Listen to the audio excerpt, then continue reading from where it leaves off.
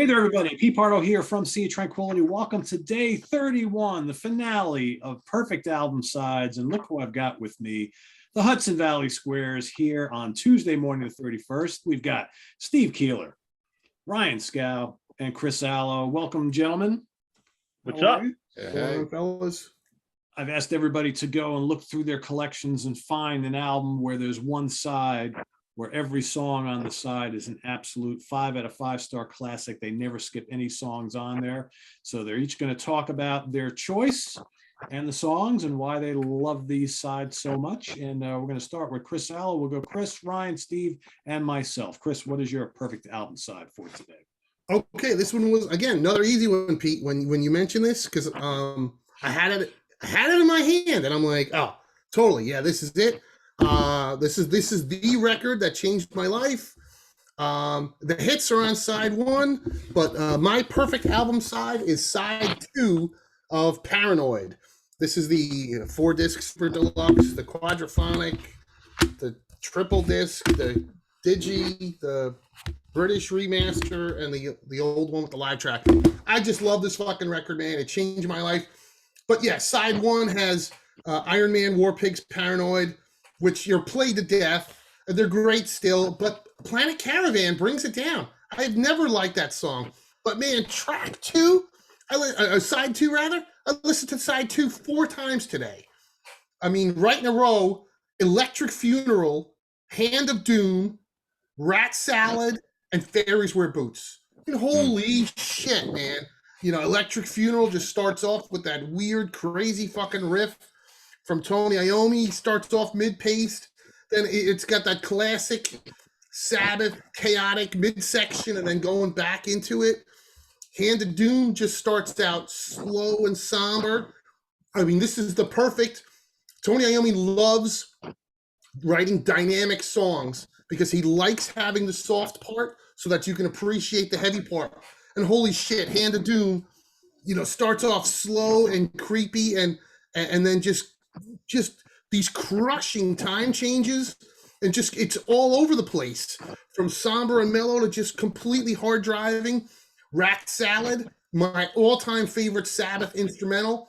You know, if you listen to old Sabbath live shows like on the Montreux, Switzerland here, you know, Sabbath used to have to fill time. So they had this whole song or jam that they wrote, and it was an instrumental, and it would break out into this Bill Ward drum solo. And they recorded it, and it's Rat Salad as the title, which is so funny because if you on here on the Montreux, Switzerland, you know, I listened to it today, and it's at the end of Fairies Wear Boots. They go into this, or actually, I'm sorry, on the end of Hand of Doom, they go into Rat Salad, but they didn't list Rat Salad on here as a track, which is weird, but I just love it, man. I think it was so cool that Sabbath finally did play Rat Salad, but it was with Tommy Clufetos. It really sucked that they didn't do it when they had Bill Ward in the band, you know, and all the other reunions. And Fairies Wear Boots, which is just, you know, one of Sabbath's, you know, hits. I guess the only hit off of side two, but just a great fucked up track about just craziness and, you know, I don't even drugs and just fucked up 70s weird shit. But man, like I said, I listened to side two of this record today 4 times, and it still sounds as good as when I first heard it almost 40 years ago. Good choice. Yeah, Hand of Doom, man. Probably the unsung song of that whole album. Amazing. Unbelievable. Just, you know, starts off slow and creepy, and then just explodes in chaos. It's just great. Yeah, great choice. Good choice. All right, Ryan, your choice, and then we got Nick Franco's choice as well. Nick couldn't make it here today. I'll go with Nick's first here because I actually grabbed this off the shelf because I think it's a goddamn good album too. So Nick's choice is I'm sure he said it on here. Is probably 2 favorite bands of all time: Iron Maiden and the Finnish band Amorphis. And he picked their second album, Tales from a Thousand Lakes, which I grabbed off the shelf because it's got that awesome art. So he picked side one, which is Into Hiding. I mean, it has an intro. Into Hiding, Castaway, First Doom, and Black Winter Day. and he didn't really give me any notes on it. He's like, "This is my album, this is my song," so I'll make it up for him, and I'll say, because I love this album too. This is like the perfect, like when it comes to like that somewhat, a little death metal, a little doom metal, very despondent. It really makes you feel like you're in the middle of a forest in Finland, like the winter. It's very, very. It just has that somber winter feel to it. And then they changed after this. They went through a phase of having like a 70s prog thing, and then now they're a different band. Still great, but to me, this is definitely their highlight. I think this is the best thing they ever did. And yeah, side one on this album is just, it's the highlight of their whole career. So I'm sure Nick would concur because he picked it. But yeah, this is an awesome album. And side two is great. But yeah, those first couple songs in a row are just bam, bam. The way it ends with Black Winter Day, maybe the best song they ever wrote. It's just that piano intro. It was fucking awesome. So yeah, that was Nick's choice. And I grabbed it off the shelf. And I'm going to keep it out because I think I'm going to listen to it tomorrow. That's how good it was. So for my choice, Pete mentioned this before. He's like, let's do this episode. I'm like, oh, this is easy. Like you guys said with the Sabbath, it took me 2 seconds to think of this. This took me 1.5 seconds. I picked my favorite album of all time. So I'm going to go with a Chris Allo here and pull up my copies. So it's tape copy. It is Unchain the Wolves by Destroyer 666 from Australia. They no longer reside in Australia, but they did when this came out in 1997. I got the original CD on Modern Invasion. Got the Hell's Headbanger reissue. I have the original vinyl, but I didn't drag that out. And so then I got the vinyl reissue too. So this is probably this and Rain and Blood are the two albums I've listened to more than anything in my collection. So obviously my favorite album. I love every fucking song. But side two, it ends with a song that's kind of like it's like a 5-minute outro called Onward to Arktoga. It's a cool song. It ends the album well. It's very moody and kind of like, it's always an album I play all the way through. But because it's not like a really cohesive song on its own, I couldn't pick side two because every other song on side two is awesome. But side one, now this album opens with the block of 4 songs. It opens with Genesis to Genocide, which is a 10.5-minute song. So it's kind of ballsy to open like this black metal thrash album with a 10.5-minute song. But it works. It's very epic. It builds up. It's moody. I've seen them play it a few times, not anytime recent. And after that, it's got 2 back-to-back songs that kick ass. They play every show. Australian Antichrist and Satan's Hammer. They play every fucking time I see them. Kicks ass. As soon as they bring them out, I'm like, this is it. Someone next to me is getting punched. And then the 4th song is called Tyranny of the Inevitable. And I've never seen them play that live. That's one of the songs I love. It has this cool acoustic intro and it goes into this heavy kind of mid-paced, it's triumphant, like fist in the air stuff. Not really full-on thrash.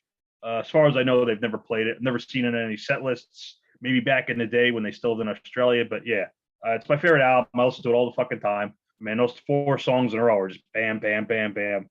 And the way they kind of bookend 2 epic songs, and they have these 2 real like aggressive thrash ones in the middle, and it fucking works. So, yep, that was an easy one for me because yeah, this is just like, yep, awesome album, awesome band, love it. Listen to it all the fucking time.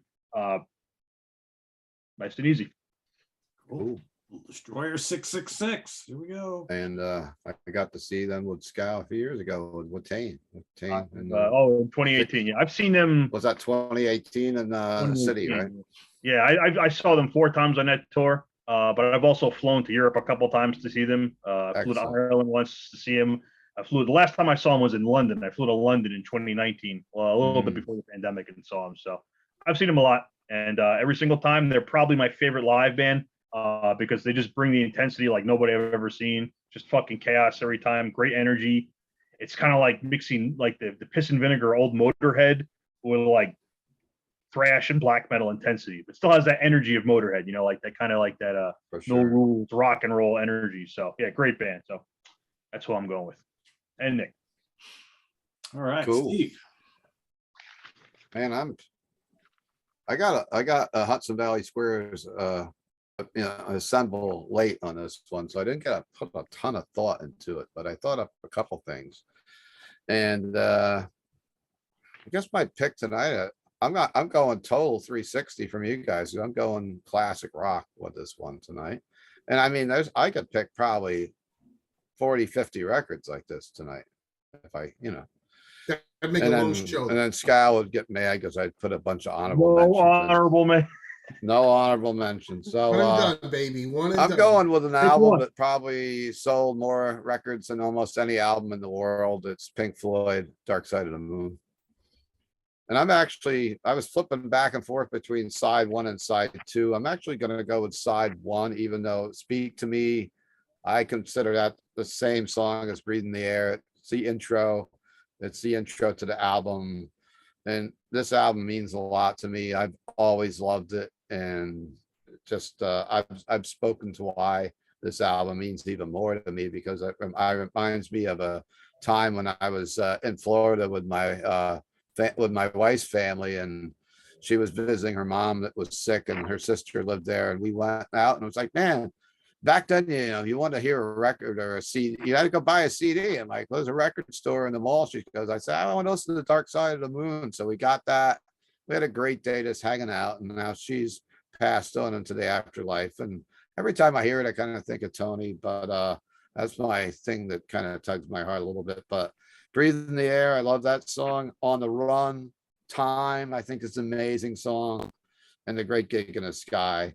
I could easily do side two also with this. And originally I didn't know, because Pete gave a whole list of stuff that I couldn't pick. And I said, well, I'll give you two different ones. The other one was Black Sabbath, Bloody Sabbath side two.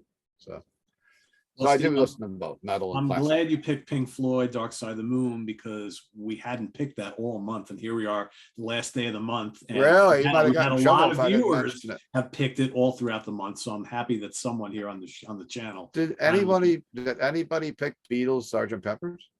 No, but we had Beatles, Abbey Road side two. Okay. Yeah. I was just seeing this sitting here, and I was looking at that. I was like, man, that's a pretty good side too. Yeah, hell yeah. Yeah. So, all right. So we got side one of Dark Side of the Moon. Very cool.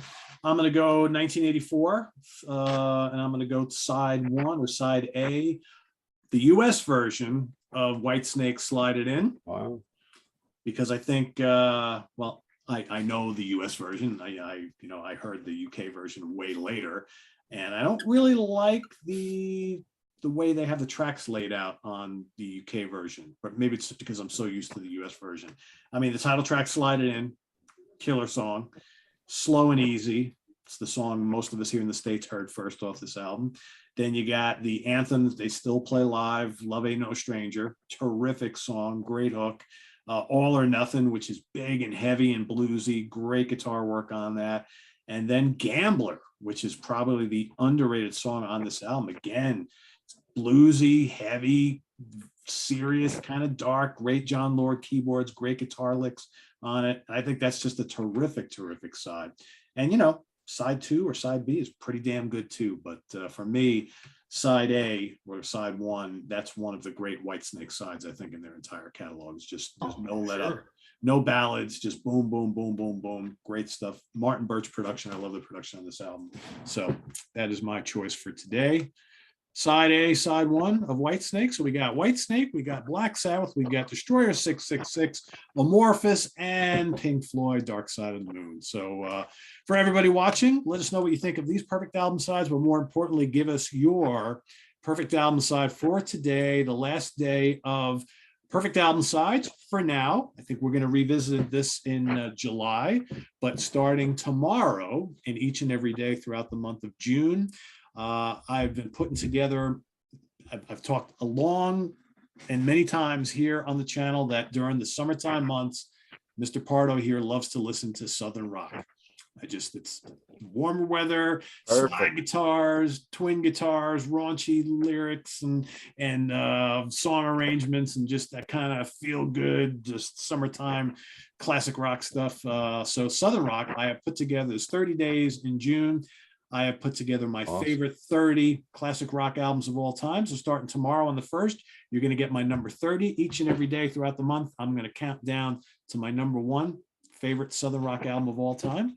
Steve, yes. Hey, so I guess that ties in with a great promotion for here in Middletown, New York. If you live local, the Leonard Skinner and Marshall Tucker Band are playing here at the Orange County Fair Speedway on June 10th. So if you guys want to come out, and tickets are still available, and it's only $25 is the cheapest ones to get in, so you can't beat it. So can't beat that. And maybe you'll see some of us Hudson Valley Squares folks. You'll at see me the- floating around. I was gonna That's say, right, Steve- that's right. Steve Keel will be taking free selfies with you. So There you go. Maybe you'll even run into Gary Rosington running around because he's back on the tour. Thank Back on God. tour. So, That's you know, great. That's great. And I can guarantee that you'll see both Leonard Skinner and the Marshall Tucker Band on my list of top 30 Southern rock albums this month. I would hope so. Yeah, absolutely. You may see him a couple times. So stay tuned for that. Thanks for joining us, everybody, for Perfect Album Sides all month long. But like I said, we will be revisiting this theme once again in July, maybe slightly different, maybe not. So because it's been very popular all month. And so we will get back to it because I think there's lots of other albums that we haven't covered yet. So stay tuned for that. Visit us on the web at www.seatranquility.org. We're on Facebook, we're on YouTube, all together, all the damn time. Good time. Tune in tonight for In the Prague Seat, coming up in just a couple hours, well, later tonight. And thanks to Steve Keeler, Ryan Scow, and Chris Alloway and Pete Pardo. Have a good day, everybody. See you tonight. Bye-bye.